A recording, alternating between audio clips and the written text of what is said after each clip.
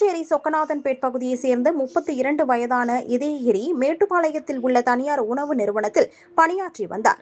நேற்று இரவு வேலைக்கு சென்ற இவர் இன்று அதிகாலை தனது பணியை முடித்துவிட்டு சக ஊழியருடன் இருசக்கர வாகனத்தில் வீட்டிற்கு திரும்பிக் கொண்டிருந்தார்.